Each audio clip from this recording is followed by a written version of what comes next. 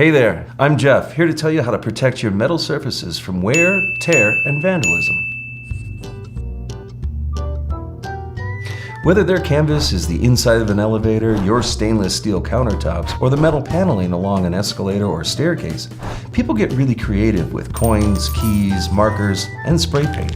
Unfortunately, that creativity costs business and property owners like you thousands of dollars each year, not to mention the time it costs for repair.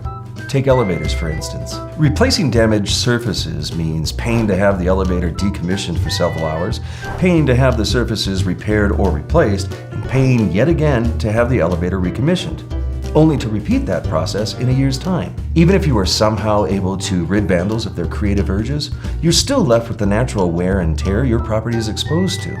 So what's the solution? Try Metal Shield, a film that simultaneously repairs and protects your property by mimicking the surfaces it's applied to. Metal Shield has a quick and easy installation process, and it protects your metal surfaces from vandalism and natural wear and tear. Should your films experience any damage, however, they can be peeled away and easily and inexpensively be replaced. No costly commissioning, no lengthy repairs. That's how you protect your metal surfaces from wear, tear, and vandalism.